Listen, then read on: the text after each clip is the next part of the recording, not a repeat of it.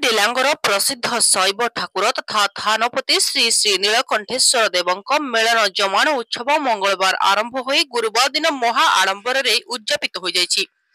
ରାମଚନ୍ଦ୍ରପୁରର ତୃତୀୟ ଦେବ ବଡ଼ ଅଙ୍କୁଲାର ବାଣେଶ୍ୱର ଦେବ, ଗୁଆଳିପଡ଼ାର ବାଙ୍କେଶ୍ୱର ଦେବ, ପଟନପୁରର ରାଧାମୋହନ ଦେବ, ହାଟ ଡେଲାଙ୍ଗ ସ୍ଥିତ ବାଲୁଙ୍କେଶ୍ୱର ଦେବ, ଅଳୌତା ନୀଳକଣ୍ଠେଶ୍ୱର ମହାଦେବ, ଜଗଦଳପୁରର ପ୍ରସିଦ୍ଧ ଶୈବ ଠାକୁର ଆରାଧ୍ୟ ଦେବତା ବଡ଼ ବିଶ୍ୱନାଥ, ସାନ ବିଶ୍ୱନାଥ, ବାଙ୍କନାଥ, ଓଗରନାଥ ଠାକୁରଙ୍କ ବିମାନ ସାଜସଜ୍ଜା ସହିତ ଘୋଡ଼ା ନାଚ, ନାଗା ନୃତ୍ୟ, ଓଡ଼ିଶୀ ସଙ୍ଗୀତ, ସଂକୀର୍ତ୍ତନ, ବାଣଫୁଟା ମେଲୋଡି କାର୍ଯ୍ୟକ୍ରମରେ ପ୍ରାୟ 15,000ରୁ ଉର୍ଦ୍ଧ୍ୱ ଭକ୍ତମାନଙ୍କର ସମାଗମ ହୋଇଥିଲା।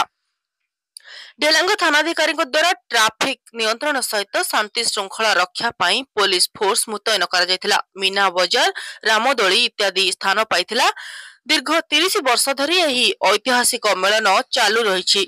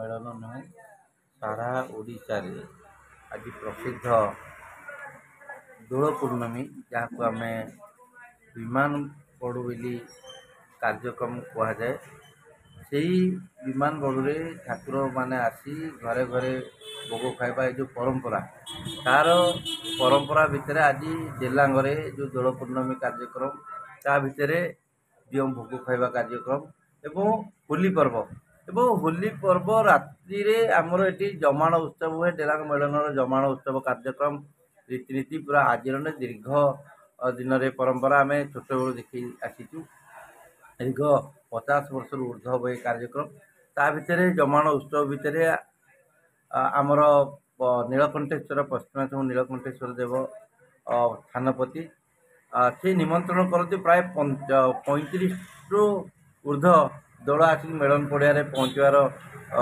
व्यवस्था ग्रामवासी मध्यम जो परंपरा मध्यम आसिक पहुँचती एवं ठाकुर आसवा भितर प्रत्येक गाँव रु प्राय जो पांचपड़ा रु आमर कहले गुंडीची पाटना पुराणा डेलांग हाट डेलांग गोलासाही रामचंद्रपुर गुआचौका ये पांचपड़ा सहित अन्य ग्राम मानक जो दोल आसती ठाकुर विमान आसती ये प्रसेसन माध्यम अणा जाए ସେ ବଡ଼ ଆଙ୍କୁଳାରୁ ବାଣେଶ୍ୱର ଠାକୁର ଆସନ୍ତୁ, ମହାଦେବ ଆସନ୍ତୁ।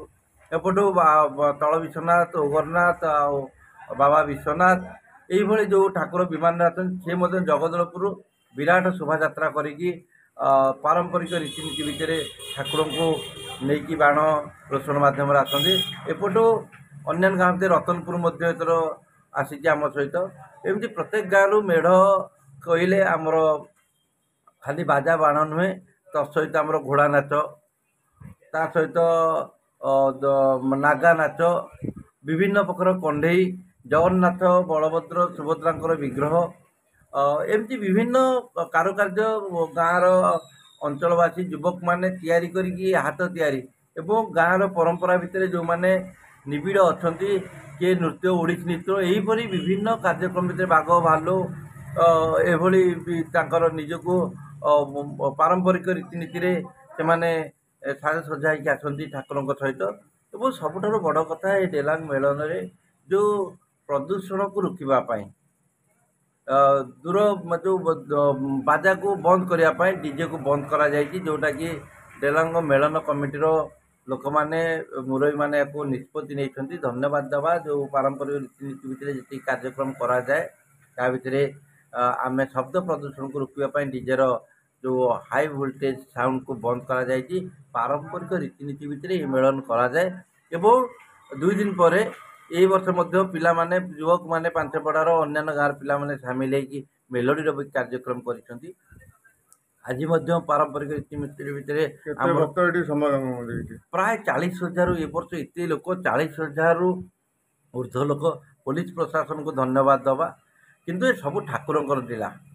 ଏତିକି ପୋଲିସ ପ୍ରଶାସନ ଭିତରେ ଲୋକଙ୍କୁ ଏତିକି କମ୍ ଜାଗା ଭିତରେ ଏତେ ପ୍ରସେସନ କଣ୍ଟ୍ରୋଲ କରିବା ସବୁ ପ୍ରଭୁଙ୍କର ଇଚ୍ଛା ଭିତରେ ପୁରା ଶାନ୍ତି ଶୃଙ୍ଖଳା ଭିତରେ ସମାପନ କରାଯାଇଛି ଆମର ଜମାଣ ଉତ୍ସବ।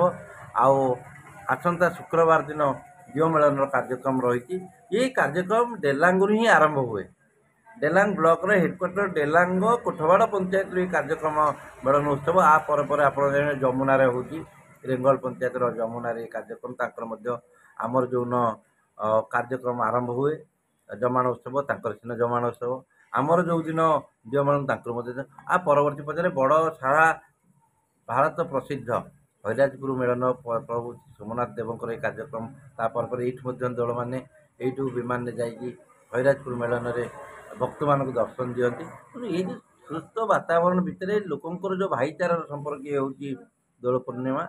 ତେଣୁ ଏଇ ଯେଉଁ କାର୍ଯ୍ୟକ୍ରମ ଆଜି କମିଟିବାଲା ହେଉ, ପୋଲିସ ପ୍ରଶାସନ ହେଉ, ଗ୍ରାମର ମୁରବୀମାନେ ହୁଅନ୍ତୁ, ସମସ୍ତଙ୍କ ସହଯୋଗ ଶାନ୍ତିପୂର୍ଣ୍ଣ ଭାବରେ କେମିତି ହେବ। ଲୋକମାନେ ମୀନା ବଜାର ମଧ୍ୟ ଏ ବର୍ଷ ପିଲାମାନଙ୍କ ପାଇଁ ପକାଇବାର ବ୍ୟବସ୍ଥା କରାଯାଇଛି। ତେଣୁ ଏଇ ଯେଉଁ ଲୋକଙ୍କର ପାରମ୍ପରିକ ରୀତିନୀତି ଅଛି, ଓଡ଼ିଆର ବଡ଼ ପର୍ବ ଦୋଳ ପୂର୍ଣ୍ଣମୀ ପର୍ବ, ନିଶ୍ଚିନ୍ତ ପ୍ରଭୁ ସେ ପ୍ରଭୁଙ୍କ ପାଖରେ ଆମର ପ୍ରାର୍ଥନା ସମସ୍ତେ ଶାନ୍ତିରେ ରୁହନ୍ତୁ, ସୁଖରେ ରୁହନ୍ତୁ, ସମସ୍ତେ ଏଥିରେ ସାମିଲ ହେଇକି ଭାଇଚାରାର ସମ୍ପର୍କ ଆହୁରି ଦୃଢ଼ୀଭୂତ କରନ୍ତୁ। ଏହା ହେଉଛି ତାର ମୂଳ ଲକ୍ଷ୍ୟ।